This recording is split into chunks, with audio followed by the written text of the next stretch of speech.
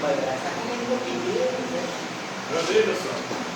Gratuito, posso Se falar. você está guardando o seu lugar, você vai para frente. Transversal negativo, negativo, Então, na aula de hoje, nós vamos falar de um livro bíblico de um profeta bíblico. É o profeta Ezequiel. Já ouviu falar desse profeta? Já ouviu falar do livro de Ezequiel na Bíblia? Ezequiel teria escrito esse livro, o livro de Ezequiel, que está na Bíblia, entre 590 e 570 a.C. E é um livro onde ele anuncia que vai tirar do povo de Deus o coração de pedra que o povo tem. O que é um coração de pedra?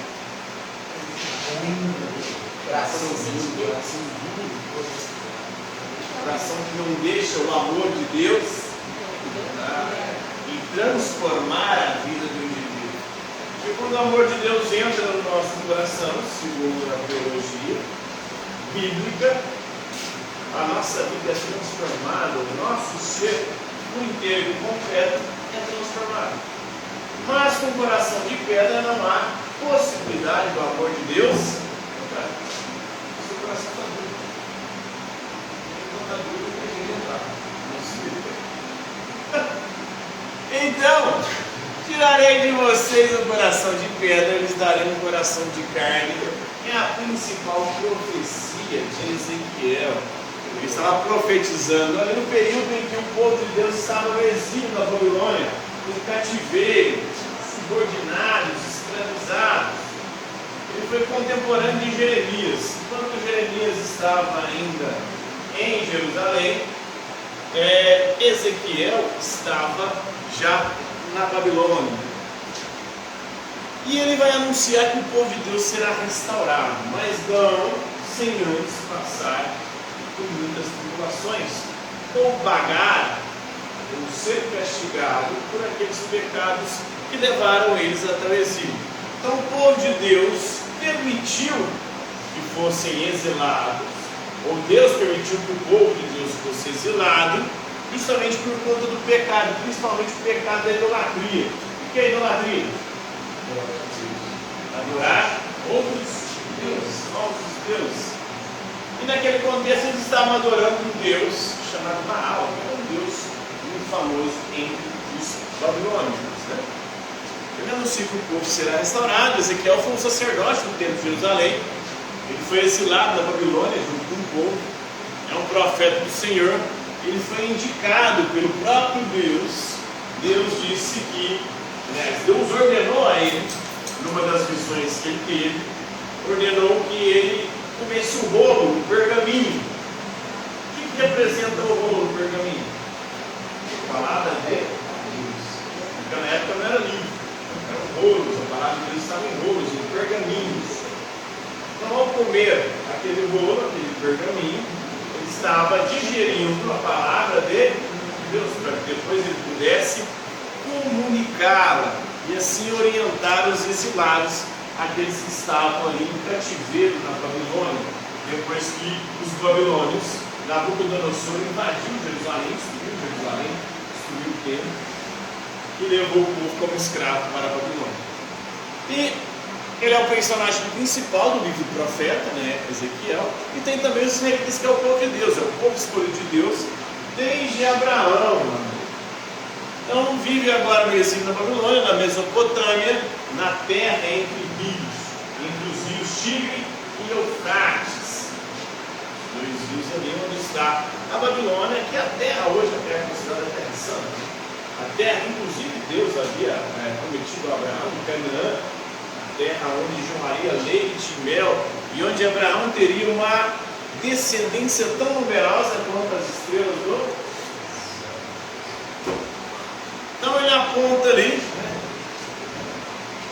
as ilusões espantosas. Na verdade, ele tem algumas visões que mostram a realidade do povo de Deus, que mostra também a onipresença e onipotência divina, e depois ele anuncia que Deus irá restaurar novamente Israel, restaurar o templo. Então a visão de Ezequiel, o profeta, ele viu Deus em toda a sua majestade. Deus teria aparecido para ele, tal como ele é, mas através de uma linguagem figurada. Um peito aparentemente de aço, naquela época não existia o aço, ainda mais um metal reluzente, um metal poderoso, resistente, né? Apareceu então sua majestade levantado por querubins. O que são querubins? Os anjos têm os anjos, arcanjos, querubins, serafins, potestades, né? Hierarquias lá, se não me engano, são 9, que eu não me lembro de todas aqui agora. As mais famosas são os querubins, inclusive na Arca da Aliança, quando Deus pede para Moisés faça a Arca da Aliança, tinha 2 querubins de ouro, 2 anjos de ouro na Arca da Aliança. E aí, né, o questionamento, Deus não havia proibido fazer imagens? Como é que eles faziam imagens, então? Inclusive para colocar na Arca da Aliança, e os querubins, eles tinham características muito próximas à mitologia dos povos daquele período. E, segundo os estudiosos, a crença em anjos não existia num primeiro momento entre o povo de Deus. A crença de anjo vai começar a existir no povo de Deus a partir do exílio na Babilônia, porque eram os babilônios que acreditavam nesse tipo de criatura. E os anjos ali tinham características bem exóticas, muito parecidas com os seres, como eu posso chamar, os seres híbridos na mitologia, por exemplo, grega e de outros povos. Os querubins que o Ezequiel vê, tinha corpo de leão, tinha asas, em alguns casos tinha cabeça de boi, de águia, ou cabeça de leão, ou cabeça humana. Então, é muito parecido aqui quando se fala que tem corpo de leão, asas e cabeça humana com a esfinge. A esfinge era um monstro mitológico, tem as esfinges lá no Egito. Era um monstro mitológico na mitologia grega também. Esfinge. Então, o enigma da esfinge que é decifrado por ele. O enigma da esfinge é o que é que de manhã anda de 4 patas, à tarde de 2 patas, à noite de 2 patas. A esfinge estava na porta da cidade de Tebas. Quem não sabia decifrar esse enigma, ela devorava. É o ser humano. De manhã anda de 4 patas por quê? Quando ele é bebê, ele gatinho, 4 patas. De tarde, ele de 2 patas, você canta da lua. À noite, na velhice, ele anda de 3 patas, por causa da bengala. É o ser humano. Para conseguir decifrar. Então, isso era uma esfinge, era um monstro que estava lá. Então, os querubins é muito parecido. Então, há uma certa mistura aí religiosa. Isso prova que não há essa pureza religiosa ou da religião bíblica, né, como muitas vezes se acreditam. A Bíblia é uma revelação sui generis, não. Toda a revelação bíblica, todas as histórias bíblicas, elas são muito influenciadas por outras histórias de outros povos. Por exemplo, de Lúcio, tem praticamente todas as mitologias do mundo inteiro. A serpente é um animal mitológico em praticamente todas as mitologias. E algumas ela é do bem e outras ela é do mal.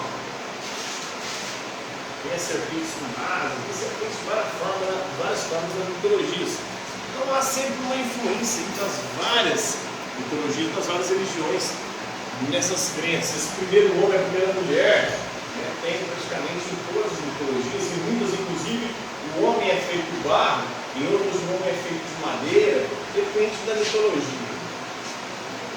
Então o Ezequiel anuncia a redenção que virá, o povo vai conseguir se libertar do cativeiro na Babilônia e o templo seria reconstruído. Tem também o tetragrama. O que é o tetragrama? O tetragrama é o nome de Deus. Lembrando que em hebraico não existem vogais. Então, só temos aí consoantes. O tetragrama são essas 4 letras aqui. E traduzindo, os católicos traduzem como Javé. Os evangélicos como Jeová. Por quê? Porque não tem vogal, né? Aí você tem que adivinhar as letras aí. Cada um pegou uma letra diferente para poder dizer que é um nome ou outro. A tradução correta seria Javé, né? O tetragrama aí muitas vezes traduzido como Javé, para os católicos, Jeová, para os evangélicos, é um símbolo aí que afirma a onipotência de Deus. O que quer dizer onipotência? Não sabe o que é onipotência? Potência é de poder. Todo poderoso, né? Mostra também a glória de Deus. Então, as visões de Ezequiel, ele vê as rodas do carro de Deus. Deus aparece para ele, né? Esse carro movido pelos querubins, pelos anjos. Podem se mover aí nas 4 direções. Então, uma metáfora também da onipresença. O que significa onipresença? Deus está em todos os lugares, em todos os momentos, ao mesmo tempo, né? As criaturas rastejantes dos animais impuros são simbólicos da falsa idolatria que levou à ruína dos israelitas, principalmente a idolatria a Baal, ou a crença em falsos deuses. Os ossos secos aí do povo de Israel ganham vida nas visões de Ezequiel, que representam o retorno por fim à própria terra, a terra santa de Jerusalém. O futuro tempo de Jerusalém será estabelecido segundo a lei de Deus, uma vez restaurado será virtuoso, puro e verdadeiro. Mas acabou que não foi, né? Foi restaurado de novo, o povo pecou, o Império Romano foi destruído o templo de novo, Jesus inclusive invadiu o templo, o povo tinha transformado o templo em quê? Um espaço de comércio, um shopping da fé. Está vendendo tudo religioso, está vendendo coisa para poder fazer o sacrifício para Deus, vende tudo. Transformou a religião em comércio. Ficou tudo, especialmente eles todo mundo lá, né? É isso aí, galera.